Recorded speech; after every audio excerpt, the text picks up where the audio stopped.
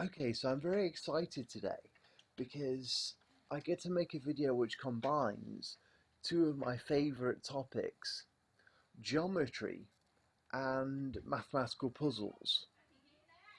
And so what I'm going to pose to you is a really interesting mathematical puzzle, which I think is a great one for just sort of carrying around in your head and thinking about it, because it's really easy to understand what the puzzle is.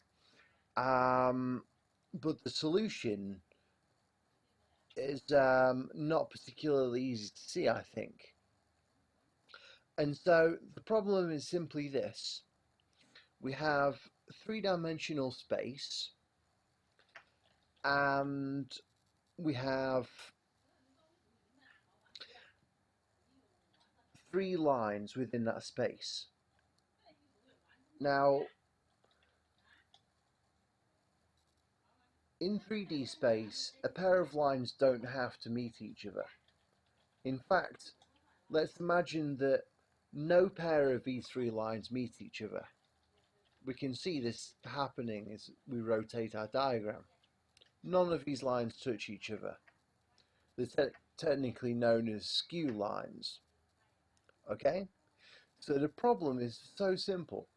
Given three lines like this, no two of which meet, construct a fourth line which meets all three of these lines. You're allowed to draw circles, you're allowed to draw planes, you're allowed to add lines and points and do many different operations. See if you can find such a line. Okay, so the reason, I do think this is a lovely problem. So I kind of suggest you pause the video now, or maybe stop it, and come back in a few days after you've had to think about it, because I'm just about to tell you the solution.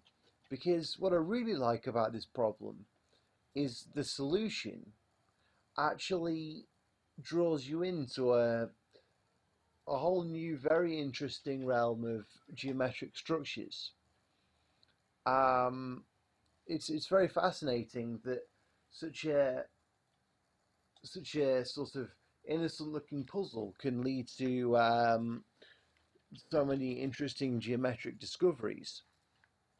Okay, so here's the solution, which is described in Oliver Witch's book on projective geometry, although I don't think she was the original finder of this solution.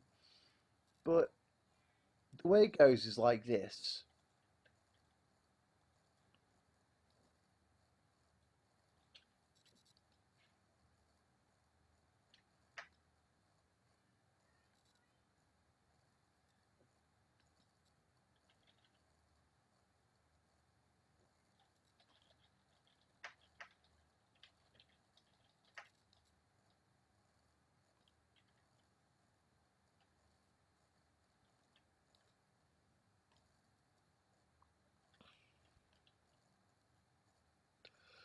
What we do is we we want to make a what's called a pencil of planes around one of these lines. Let's call this line number 1 here. We want to make a pencil of planes around it. So one easy way to do this is just to make one of these kind of hula hoops around the line, and then we can do this geogebra command, plane through 3 points. Bosh, bosh, bosh. And we have this plane that goes through these 3 points. Let's just tone it down a bit, make it a bit less opaque, and pink, of course.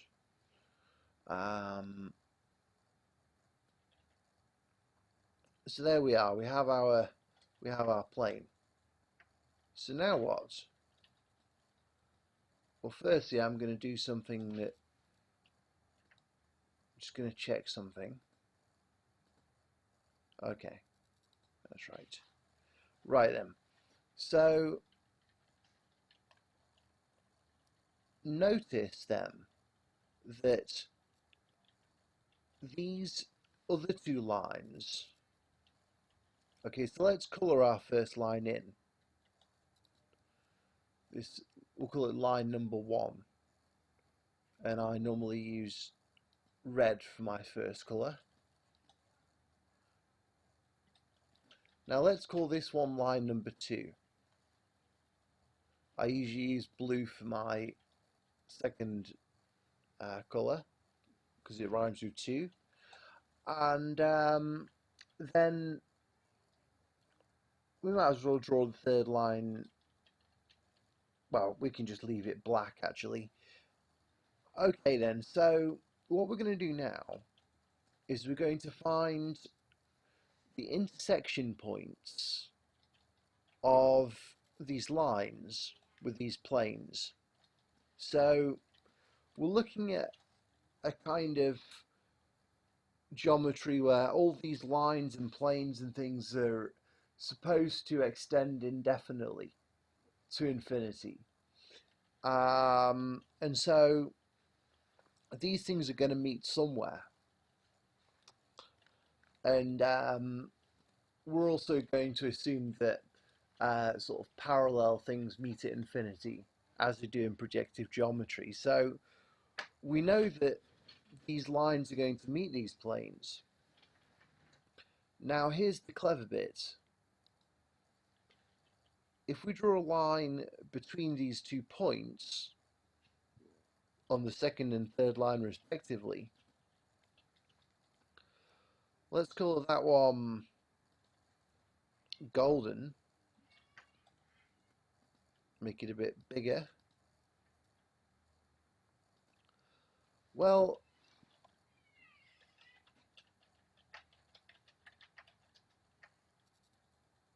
what do we know about that golden line? Well, we know that it passes through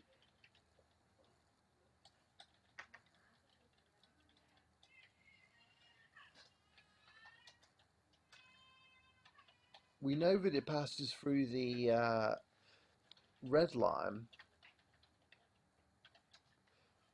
because it's contained within the pink plane, so it must meet the red line somewhere.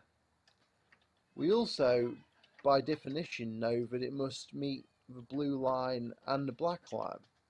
So this is actually the solution of the problem. And so this problem can basically be solved in a myriad of ways as we rotate this plane around. And here lies what I think is a very interesting aspect of this problem. Actually, I would prefer to colour this plane magenta. It would be a bit more aesthetically pleasing. Now we'll turn on the trace of that and let's animate this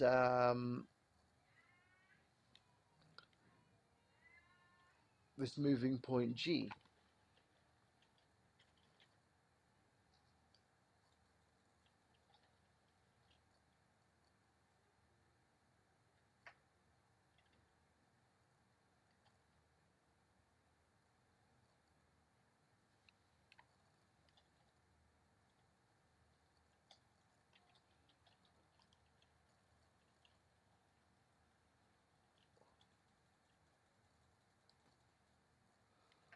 Okay, so let's have a look at what kind of structure we're getting here.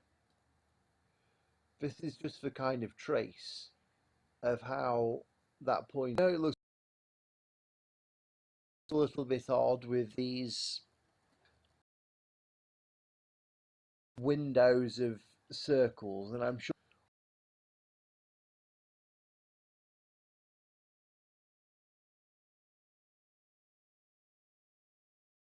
unstable, if you like, to see. I wonder there if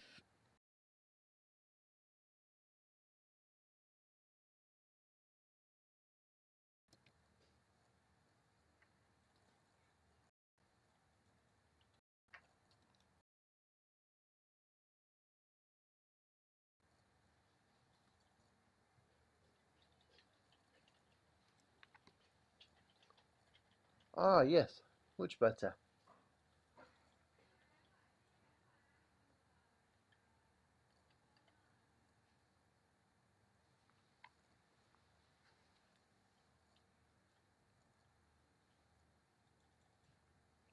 Okay, so there we have it.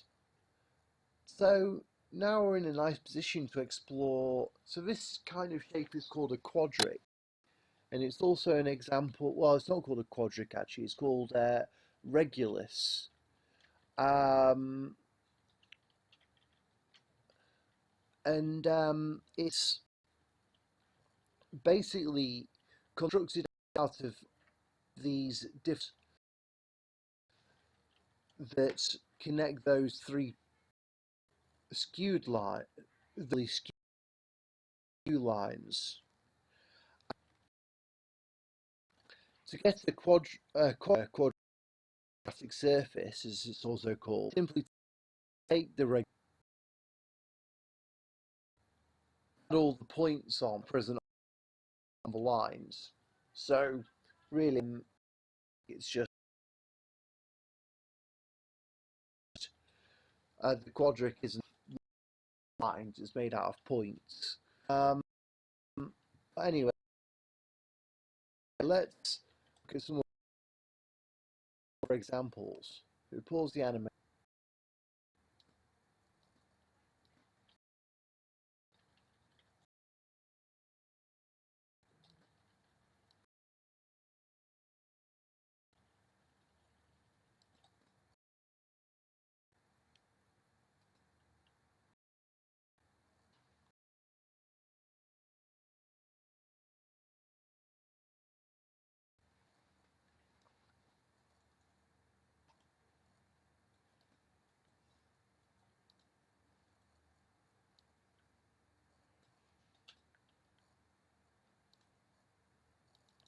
Make this purple line a bit thinner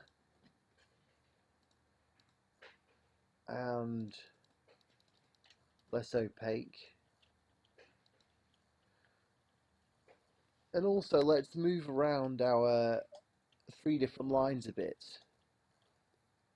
So if we add in these blue points that we constructed things with,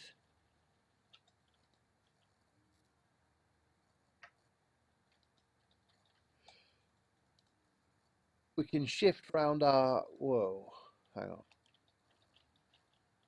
no trace for you yet. We can shift around our original skew points, skew lines, and as long as we do it in such a way that no two of them end up meeting each other, which, well, of course, this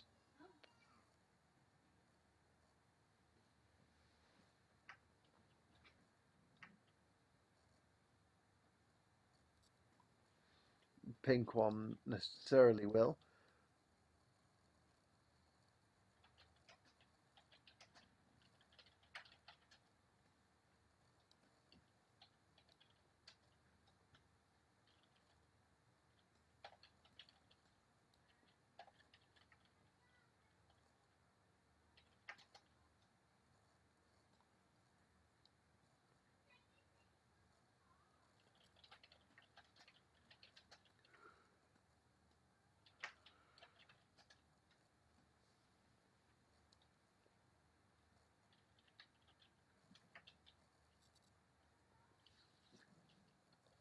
Right, so let's forget about this magenta line for now.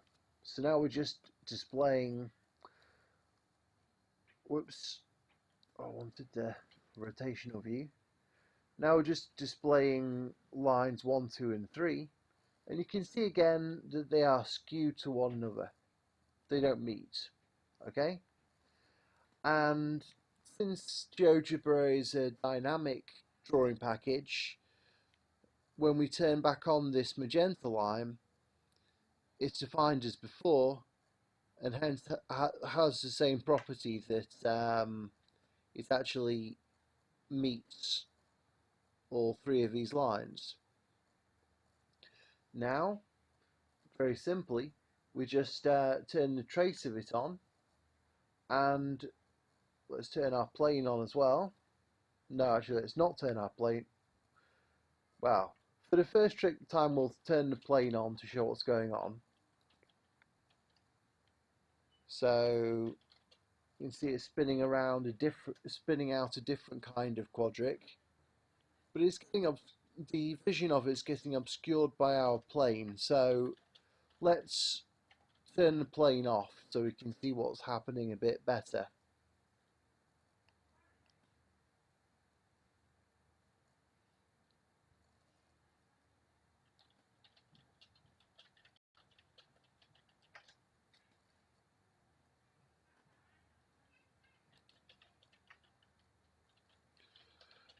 Now, I don't know if we're too far away or too close.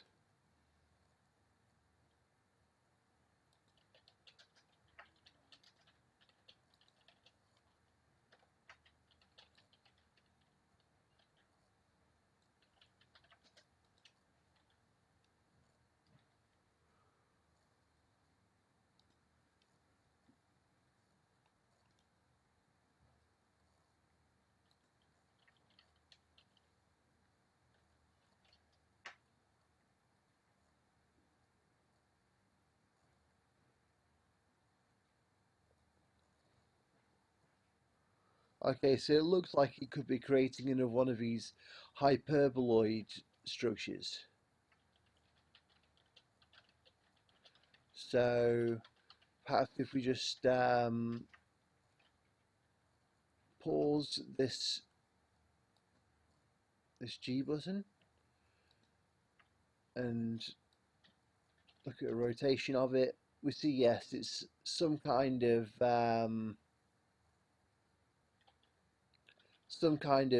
almost flat hyperbola, the most interesting thing in the world.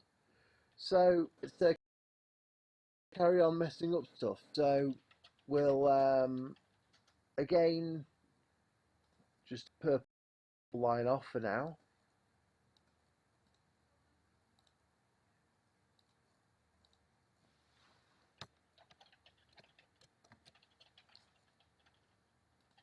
And now let's mess up these skew lines a bit better.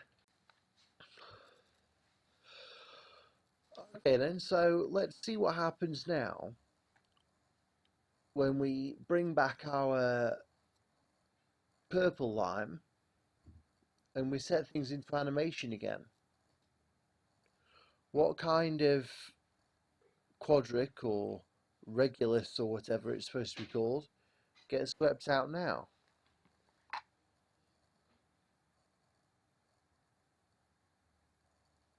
That seems rather interesting. I think it's something very big. I don't think we're seeing the full picture here. I'll just pause it and we can have a look around. It looks like a kind of saddle surface.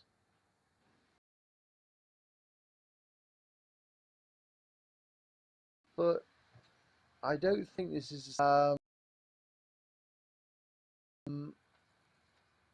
I don't think this zoom out, and we'll do it again.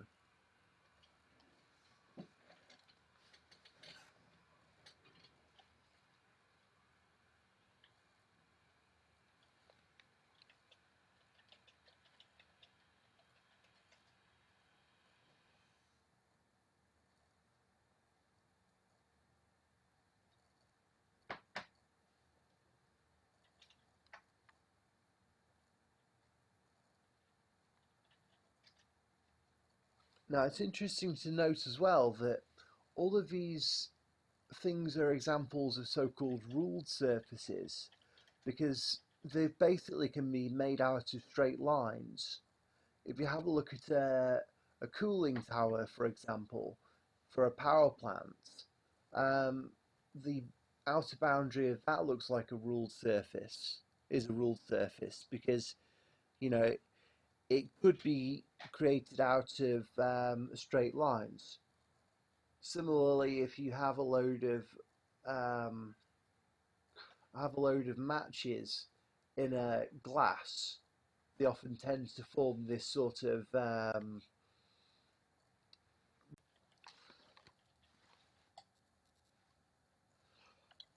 okay then, so what's the open problem associated this with this thing today? Well, basically, um, I can't guarantee to you that it is an open problem, but I imagine it's probably not been looked at before and properly solved.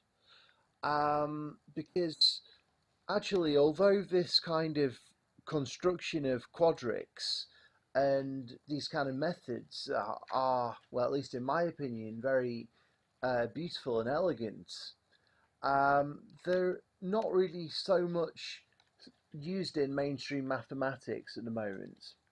I suppose they'll probably be used more as dynamic geometry packages are used more by mathematicians. Anyway, um, we've just seen that some quadrics can be produced by this kind of method. And so the open problem I want to pose to you is to try to create each of the different, or as many of the different kinds of quadrics as you can. Um, and so there are 5 fundamentally different types of quadrics, uh, and those are known as the ellipsoid, the elliptic paraboloid, the hyperbolic paraboloid, the hyperbolic paraboloid with 1 sheet, and the hyperbolic paraboloid with 2 sheets. And so I the problem is to find as many of those as you can by exploring different setups for these lines. And ideally, and if you do this, you could probably write a paper on it actually. Ideally, it would be good to classify how different orientations of the lines themselves lead to different kinds of paraboloids to sort of explore what configurations make what kinds of shapes appear. So I hope you enjoy exploring these kind of